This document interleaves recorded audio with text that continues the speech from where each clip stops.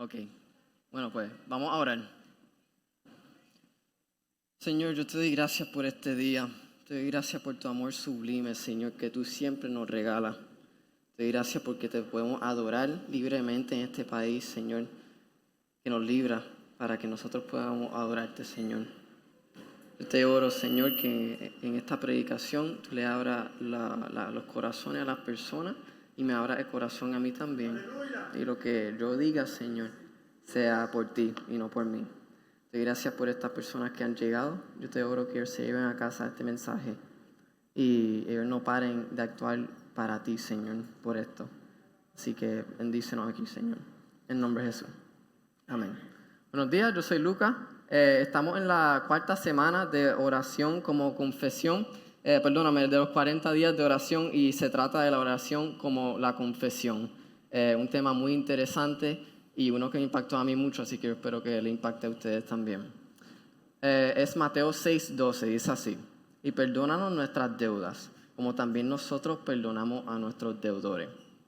Para más o menos darle lo que yo voy a hacer, primeramente vamos a ver lo que el Señor no quiere con la oración. Segundo, vamos a leer la historia de los capítulos 11 y 12 de Segunda de Samuel, para ver un ejemplo de un corazón arrepentido con el Señor, para ver de qué se trata la confesión con el Señor. Y por último vamos a ver por qué el Señor nos quiere en la confesión. Empezando, para entender que una oración, lo encuentro bien necesario entender cómo no orar, porque nuestra naturaleza va contra la voluntad de Dios. Así que es muy probable que caigamos en esta manera errónea de orar, como Jesús menciona en Mateo 6, de los versículos 5 al 8. Esa es la sección justo antes de donde empezamos con los 40 días de oración. Si quieren sacar sus Biblias para ir, yo voy a estar brincando de pasaje en pasaje, así que sería bueno que me sigan. Y lo voy a estar haciendo en la versión NBLA. Dice así: cuando ustedes oren, no sean como los hipócritas, porque a ellos les gusta ponerse en pie y orar en la sinagoga y en las esquinas de las calles, para ser vistos por los hombres. En verdad les digo que ya han recibido su recompensa. Así que yo pregunto, ¿cuál es la recompensa que recibirán los que oran gritando en la esquina y buscando atención por medio de la oración? Bueno, Jesús nos dice ahí mismo, es la atención misma, la fama, el ego va a ser llenado. Su ego era lo único que iban a recibir. El Señor, es importante saber que Jesús nos dice con esto que el Señor no gira su atención a ellos por su voz, porque ellos gritan, pero es por su ego. No tienen corazones que desean a Dios realmente. Piénsalo así: la persona orando, gritando, le está tocando metafóricamente la puerta a la casa de la fama, mientras grita en el nombre de Dios. Por eso el Señor le asegura, esa puerta será abierta, pero esa no es la mía. Y el Señor sabe a cuál puerta uno le toca, aunque uno trate de esconderlo.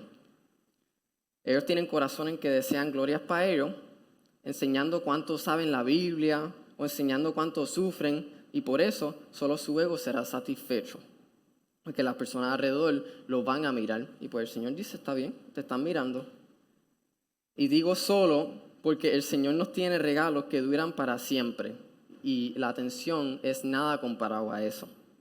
Y ya me voy a especificar un poquito eso. El versículo 6 sigue diciendo, pero tú, cuando ores, entra en tu aposento, en tu cuarto, y cuando hayas cerrado la puerta, ora a tu Padre que está en secreto. Y tu Padre, que ve en lo secreto, te recompensará. Aquí, en contraste al hipócrita que usa la oración para recibir atención, Jesús nos enseña que le oremos en nuestra intimidad, lo cual me enseña que Él solo necesita un corazón que lo quiera a Él sobre todo. Y ese corazón Él recompensará con sus regalos espirituales de los cuales yo estaba hablando. Porque esa persona le tocó a la puerta de Dios, no a la puerta de la fama. Y como Él ya nos promete, Él le abrirá la puerta a quien se lo pida con todo su corazón. Mateo 7, del 7 al 8 dice, pidan y se les dará, busquen y hallarán, llamen y se les abrirá. Porque todo el que pide, recibe. Y el que busca, halla. Y el que llama, se le abrirá. El versículo 7 dice, y al orar, no usen ustedes repeticiones sin sentido, como los gentiles, porque ellos se imaginan que serán oídos por su palabrería. O sea, no te engañes. Estar solo en tu cuarto orando al Señor es bueno, pero no si piensas que lo que el Señor está escuchando para responder es que lo satisfagas con tus palabras o con tus frases vacías. El lenguaje escolar no es lo que Él busca, ni las repeticiones. Incluso si yo digo, alabado sea el Señor 1000 veces, con el corazón pensando que son esas palabras que el Señor, a las cuales el Señor responderá, no vale de nada, porque mi corazón como quiera no está en Él. Así que no son las palabras las que el Señor escucha, es el corazón. Por tanto, dice el 8, no se hagan semejantes a ellos, porque su Padre sabe lo que ustedes necesitan antes de que ustedes nos pidan. Aquí Jesús nos contesta, Él ya conoce lo que está en el corazón. Así que la palabrería no funcionará, porque a Él le pasa por al lado de esas palabras para mirar en lo más adentro de uno. Él sabe cuando alguien erróneamente piensa que Él mismo puede salvarse por la calidad de cómo habla. Él sabe que esa persona está poniendo su confianza en Él mismo y no en el Señor. Para resumirlo, la oración es entregarle al Señor lo que uno tiene en el alma, sea alegría, dándole gloria, o arrepentimiento, confesándose. Bueno, ahora que entendimos eso, espero que lo hayan entendido, pues ahora vamos a leer 2 Samuel 11, si ustedes quieren mirar ahí en su Biblia o en sus teléfonos, y después vamos a estar leyendo el capítulo 12. Voy a más o menos resumir el 11, no lo voy a leer completo, pero los voy a más o menos guiar para que entiendan la magnitud del pecado de David. Del 2 al 3 voy a leer. Dice, una tarde después del descanso de mediodía, David se levantó de la cama y subió a caminar por la azotea del palacio. Mientras miraba hacia la ciudad, vio a una mujer de belleza singular que estaba bañándose. Luego envió a alguien, para que averiguara quién era la mujer. Y le dijeron, es Betsabé, hija de Eliam y esposa de Urías elitita.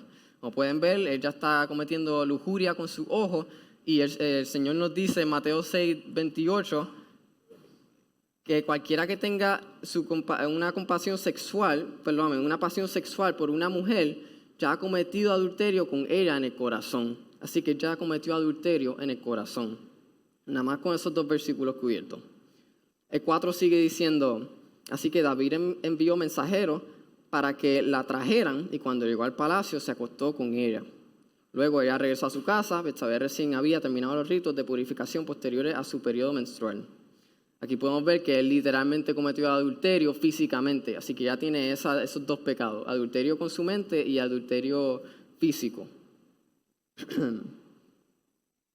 Entonces el 5 dice, tiempo después, Betsabé descubrió que estaba embarazada, le envió el siguiente mensaje a David, estoy embarazada.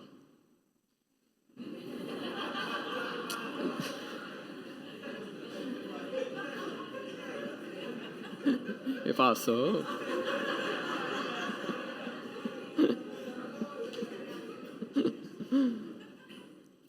Entonces, voy a leer del 6 al 13. Dice, entonces David envió un mensaje a Joab, mándame a Urías elitita. Así que Joab se lo envió. Cuando Urías llegó, David le preguntó cómo estaban Joab y el ejército y cómo marchaba la guerra. Después le dijo a Urías, ve a tu casa a descansar. David incluso le envió un regalo a Urías apenas este dejó el palacio. Pero Urías no fue a su casa, sino que durmió esa noche a la entrada del palacio de la Guardia Real. Esto me encanta. Dice, al enterarse de David de que Urías no había ido a su casa, lo mandó a llamar y le preguntó, ¿qué pasa? ¿Por qué no fuiste anoche a tu casa después de haber estado fuera por tanto tiempo? Urías le contestó, el arca y el ejército de Israel y el de Judá están viviendo en carpa. Y Joab y los hombres de mi señor están acampando a cielo abierto. ¿Cómo podría yo ir a casa para beber, comer y dormir con mi esposa? Juró que jamás haría semejante cosa. Está bien, quédate aquí hoy, le dijo David. Mañana puedes regresar al ejército. Así que Urías se quedó en Jerusalén ese día y el siguiente. David lo invitó a cenar otra vez y lo emborrachó, pero aún así no logró que Urías se fuera a su casa con su esposa, sino que nuevamente se quedó a dormir en la entrada del palacio con la guardia real. Así como pueden ver, él trató de cubrir su pecado. Así que no solamente él cometió adulterio con sus ojos y físicamente, pero él no se arrepintió al Señor. Él siguió en su pecado y trató de cubrirlo. Para no seguir leyendo, para no cansarlo demasiado, cuando esto no funcionó, porque él quería mandar a David para que se acostara con su esposa, para que el bebé se viera como que es del esposo y no de David. Pero cuando esto no funcionó, él simplemente lo mandó a Urías a la guerra otra vez, pero esta vez lo colocó en la fila más peligrosa para que muera en la guerra. Él no simplemente trató de esconder el embarazo del esposo, pero él sacó al esposo de la ecuación por completo. Así que ya pueden ver, cometió adulterio con su ojo y cometió adulterio físicamente, trató de cubrirlo y cuando eso simplemente no funcionó, él solamente sacó al esposo de la ecuación por completo, asesinándolo. La magnitud de los pecados de David en esta ocasión fueron enormes. Ese fue un viaje satánico si lo vemos prácticamente. Pero esto es lo más interesante. Efesios 2:3 dice: todos vivíamos así en el pasado, siguiendo los deseos de nuestras pasiones y la inclinación de nuestra naturaleza pecaminosa. Por nuestra propia naturaleza éramos objeto del enojo de Dios igual que todos los demás. Queriendo decir que todos vamos a cometer pecado en nuestras vidas en algún punto. No piensen que este nada más es David, porque todos nacemos con esa naturaleza que desea poner a uno antes que a Dios. Y esto es verdad aun cuando le entregamos nuestras vidas a Dios. Mira a David. David era un hombre satisfecho, conforme al corazón del Señor. Y mira a Pablo en el Nuevo Testamento. Él nos cuenta en Romanos: quiero hacer lo que es correcto, pero no lo hago. En cambio, hago lo que odio. Yo les menciono esto para que estén conscientes de nuestras imperfecciones también y no piensen que es nada más David por allá. Para hacerles entender que nosotros somos dignos de ir al infierno al final de nuestras vidas, si no fuera por Jesús. Incluso no somos dignos de tener ni vida ahora. Pero ahora vamos a leer el capítulo 12 y ahí hay buenas noticias. Así que si pueden ir ahí conmigo. Va a estar leyendo del 1 al 13, parando justo antes del 13. Pues se lo explico.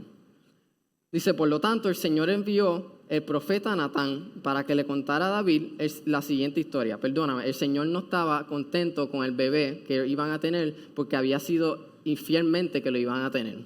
Así que, por lo tanto, el Señor envió el profeta Natán para que le contara a David la siguiente historia. Me imagino que Natán llegó a su palacio y dijo: tengo algo que contarte.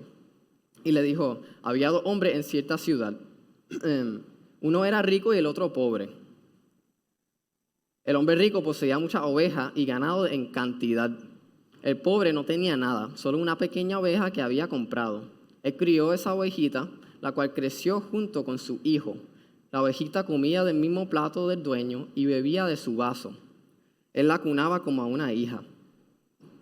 Cierto día llegó una visita a la casa del hombre rico, pero en lugar de matar a un animal de su propio rebaño o de su propia manada, tomó la ovejita del hombre pobre. Él la mató y la preparó para su invitado. Me encanta esta reacción de David. Dice: entonces David se puso furioso. Tan cierto como el Señor vive, juró, cualquier hombre que haga semejante cosa merece la muerte.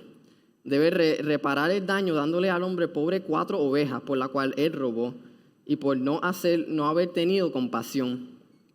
Me gusta la respuesta de Natán. Le dice: entonces Natán le dijo a David: tú eres ese hombre. El Señor Dios de Israel dice: yo te ungí rey de Israel y te libré del poder de Saúl. Te di la casa de tu amo, su esposa y los reinos de Israel y Judá. Y si eso no hubiera sido suficiente, te habría dado más, mucho más. ¿Por qué entonces despreciaste la palabra del Señor e hiciste este acto tan horrible, todos los pecados que yo le mencioné? Pues mataste a Urías, el hitita, con la espada de los amonitas y le robaste a su esposa. De ahora en adelante tu familia vivirá por la espada, porque me has despreciado al tomar la esposa de Urías para que sea tu mujer. Esto dice el Señor: por lo que has hecho, haré que tu propia familia se rebele en tu contra. Ante tus propios ojos daré tus mujeres a otro hombre, y él se acostará con ella a la vista de todo. Tú lo hiciste en secreto, pero yo haré que esto suceda abiertamente a la vista de todo Israel. Entonces el 13 es el punto al cual yo quiero llegar. Dice: entonces David confesó a Natán: he pecado contra el Señor. Así que Natán, el Señor pudo cumplir su propósito. Él mandó a Natán para recibir esa respuesta de David. Y él dijo, he pecado contra el Señor, después de que él le contó esa historia. Entonces Natán respondió, sí, pero el Señor te ha perdonado y no morirá por este pecado. Aunque él se lo merecía como 5 veces porque hizo como 5 pecados en un instante, él dijo, sí, pero el Señor te ha perdonado y no morirás por este pecado. Así que no lo condenó. Natán, que fue mandado por el Señor, ahí voy a parar de leer, perdóname. Natán, que fue mandado por el Señor para que le diga a David de su pecado, tenía un propósito más allá que eso simplemente. El Señor quería que el corazón de David se arrepienta, para que admitiera que dejó ir del Señor, porque en vez de virar sus ojos para no mirar a la mujer, por ejemplo, la miró con lujuria, se acostó con ella y mató por el miedo que tenía de ser revelado. Y eso que David era un hombre satisfecho en la voluntad del Señor. Pero a causa de su imperfección, la misma que nosotros tenemos, buscó otras cosas con las cuales él podía llenar su satisfacción. Se puede decir así: al tratar de alejarse de Dios, él creó su propia realidad en su mente, para que él pueda hacer las barbaridades que él pensaba que le iban a traer gusto al alma. Y llegó hasta el punto de matar para no romper el gusto de su propio mundito mental. Eso era lo que el Señor quería que admitiera, todo eso. Y Él lo hizo. ¿Pero para qué? ¿Para condenarlo? ¿Para dejar ir de su hijo por su infidelidad a Él? No. Como pueden ver, Él lo perdonó y le dijo, tú no morirás por esto, aunque se lo merecía. El Señor quería que se arrepienta para perdonarlo. Para perdonar su deuda enorme, como dice Mateo 6:12. O sea, nada más en ese instante, Él le debía un montón al Señor, tanto que Él no le podía pagar nunca. Dios, nuestro Padre, nos quita esa ceguedad para que podamos ver cuán pecaminosos somos para dejarle esa carga en sus manos perdonadoras. Esa es la única manera que Él nos va a perdonar. El acto de entregarle nuestro pecado a Él es decirle, lo he hecho mal contra ti, lo admito, porque quiero regresar, te amo. El Señor regala toda su misericordia a sus hijos que le piden perdón por lo que han robado, por lo que han maltratado, es decir. Nosotros somos David, espero que ustedes se fijen de eso. Hemos maltratado la realidad que Dios nos ha dado para entregarle la gloria para que el Señor nos perdone. Esto no fue la única respuesta de David. Él responde en Salmo 51, y tampoco lo voy a estar leyendo completo. Salmo 51 dice así, denme un segundo. Me encanta esto, dice, y voy a estar yendo por sección. Ten misericordia de mí, oh Dios, debido a tu amor inagotable, a causa de tu gran compasión. Borra la mancha de mis pecados. Lávame de la culpa hasta que quede limpio y purifícame de mis pecados. Aquí podemos ver más o menos la intención que el Señor tiene con que nosotros vengamos a donde Él y nos confesemos. Porque David reconoció que Dios era el que lo podía perdonar en su adulterio y en el asesinato. Así que se puede decir que el Señor buscó a David para resetear su confianza en Él, porque así es como Él pudo confesarle. Él desea que le clamemos, ayúdame. Y cuando hacemos eso con todo nuestro corazón, no como al principio dijimos que como los hipócritas que gritan en la esquina nada más para ser escuchados con la palabrería, nos estamos rindiendo para dejarle nuestras vidas nuevamente en sus manos. Así que Él busca la confianza con nosotros y Él. De 3 a 4 dice, el Salmo 51, 3 a 4 dice, pues reconozco mis rebeliones, David dice, día y noche me persiguen, contra ti y solo contra ti he pecado. He hecho lo que es malo ante tu ojo, y quedará demostrado que tiene razón en lo que dice. Aquí yo puedo notar que el Señor lo que quiere ahora mismo no es un corazón perfecto, aunque eso sería ideal en un mundo perfecto, pero un corazón honesto con Él. No nada más quiere confianza, Él quiere honestidad con Él. Un corazón que le pueda derramar todo lo malo que uno ha cometido. Un corazón que le diga, yo lo hice mal, porque tu ley es la que fue puesta delante de mí, esta realidad, y yo no la seguí. Es un espíritu que le da la razón o el dominio al Señor. en vez de tratar de escaparse con sus propias reglas para no entregarse a Él. Nosotros creamos nuestras propias reglas para no entregarnos a Él. Esto es una imagen fuerte, pero se puede decir que uno cometió adulterio contra el Señor. Es lo mismo que cometer adulterio contra el esposo si uno metafóricamente fuera la esposa. Una mujer infiel que no encuentra satisfacción en su esposo, diría, no me satisface ya. Me voy con otro para encontrar satisfacción con ese. Nosotros hacemos lo mismo con el Señor. Nos acostamos con el mundo para tratar de encontrar contentura. Pero mientras estamos en la casa del mundo, metafóricamente, tratando de encontrar satisfacción, nuestro marido que vino, Jesús, toca la puerta de la casa del mundo diciéndonos, has sido infiel conmigo, pero ven, yo te perdonaré y encima de eso yo te cuidaré. Romanos 3:25 dice, pues Dios ofreció a Jesús como el sacrificio por el pecado. Las personas son declaradas justas a los ojos de Dios cuando creen que Jesús sacrificó su vida al derramar su sangre. Ese sacrificio muestra que Dios actuó con justicia cuando se contuvo y no castigó a los a los que pecaron en el pasado.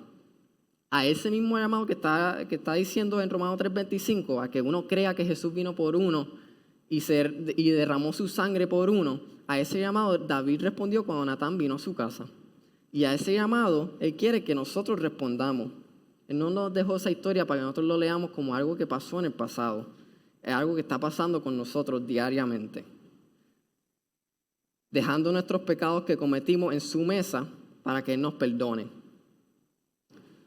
El 6, eso fue un poquito largo, el 6 dice, pero tú deseas honradez desde el vientre y aún allí me enseñas sabiduría.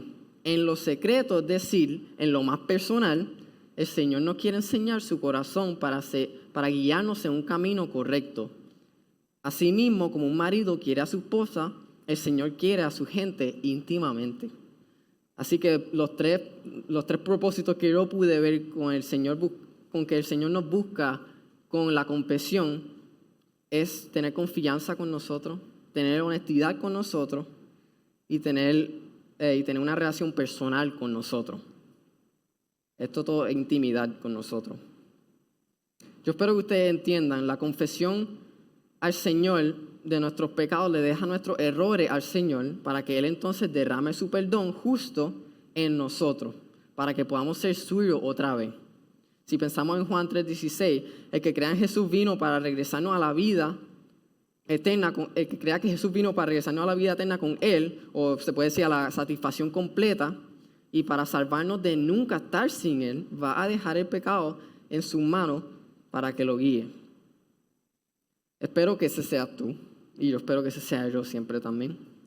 Le está tocando la puerta metafóricamente, pidiéndote que dejes de encontrar gusto en lo físico. Puede ser el trabajo, puede ser cualquier tipo de deseo sexual, puede ser el chisme, puede ser la riqueza, puede ser los amigos, puede ser los sentimientos y puede ser hasta la familia, para que puedas seguirlo.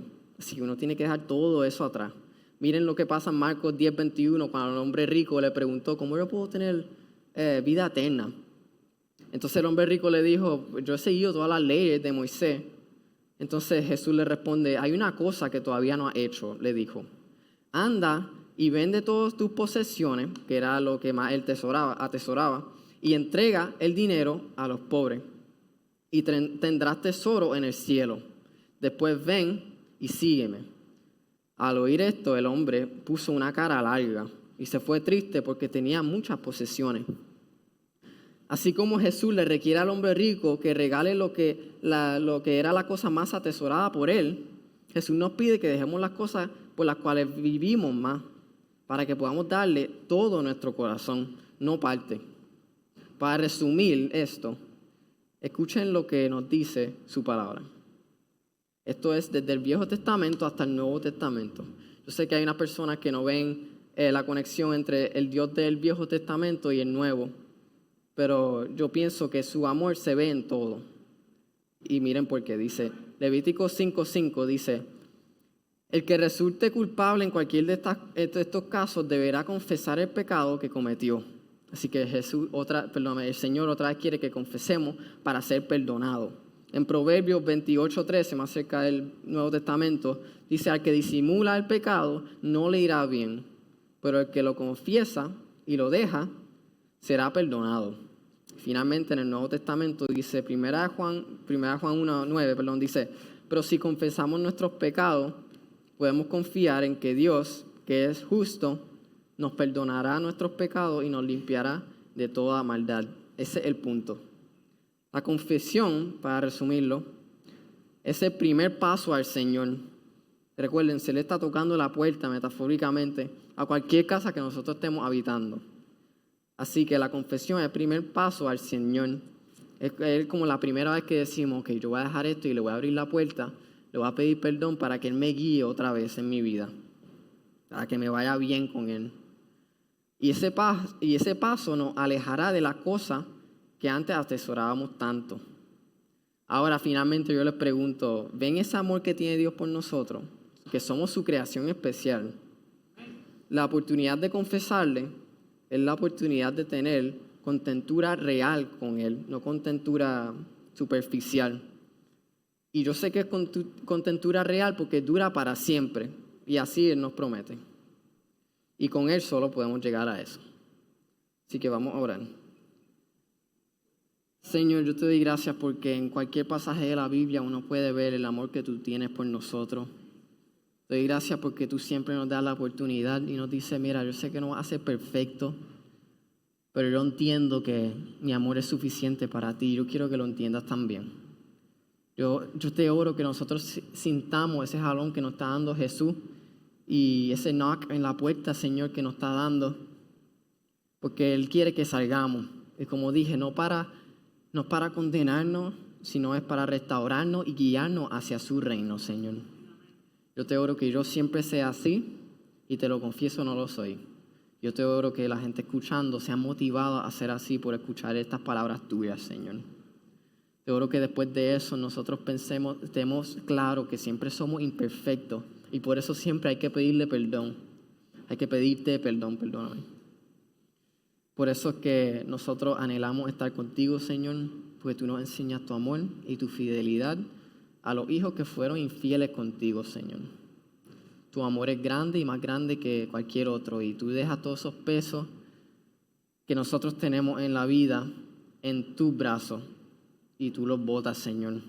Jesús ya vino en nuestro nombre y Él no le importa si nosotros pecamos. Él solo quiere que le entreguemos lo que sea que hayamos hecho a Él, para que podamos tener vida eterna, contentura real, y no pasemos nuestra vida buscando una satisfacción en el mundo que no existe. Tú no quieres que gastemos el tiempo, Señor. Ayúdanos a no gastar este tiempo, confesarte, amarte, glorificarte, alabarte, para que nuestra vida sea buena, porque los actos, Señor, de nosotros, las acciones, sean para ti, y nosotros confiemos en eso. Gracias por ti, Señor. En nombre de Jesús. Amén.